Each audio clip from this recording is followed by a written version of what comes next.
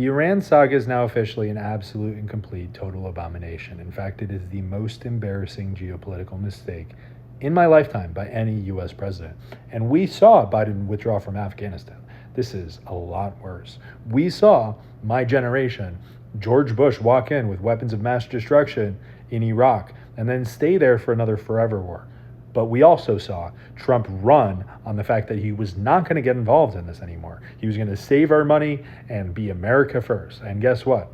We got into a disaster that's going to cost us hundreds of billions of dollars. And in fact, Iran's going to be emboldened now. In fact, our geopolitical adversaries are going to be emboldened now because we've proven that our pain tolerance is the US stock market. How embarrassing is that? What did we get out of this? A bunch of insiders made a whole lot of money. And now China just knows that they need to tank our stock market to win in any geopolitical conflict. Can you imagine how bad? It couldn't be worse. It could not be worse. We should have never gotten involved, but the fact that we showed so much weakness is embarrassing. It is embarrassing. The US military, due to no fault of our soldiers, has lost so much aura. And our adversaries know how to fight us now. They need shoulder-mounted AA guns, maybe not the S-300s in terms of missile defense. They need numbers of missiles, maybe not even the super hypersonics that we were originally scared of.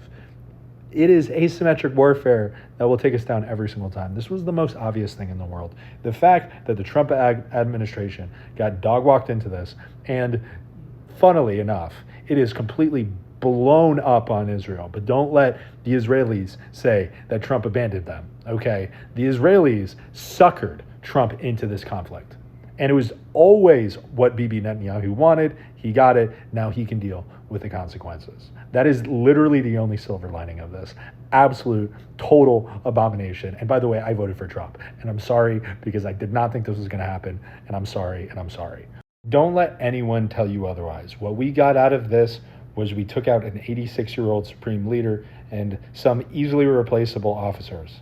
Okay, easily replaceable Iranian officers. We made 1 million of them hate us 10 times more. And now we're going to be sending them 10 times or 20 times, potentially 50 times more money than Obama ever did. And just because the United States doesn't send it,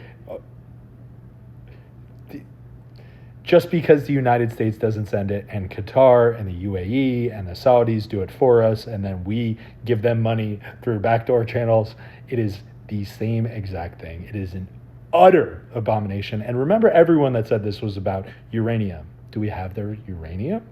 No, we do not have their uranium. Did we topple the regime?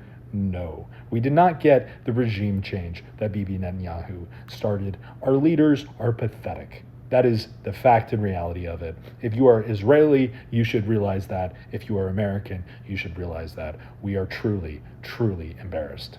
And for Iran, they are now a superpower, at least in the region. As Persia often is in the course of human civilization, it sits in an area that is likely to be an economic center. In fact, we had them poor and desperate, and now we're going to have to lift off sanctions. And they might give us uranium for $100 billion.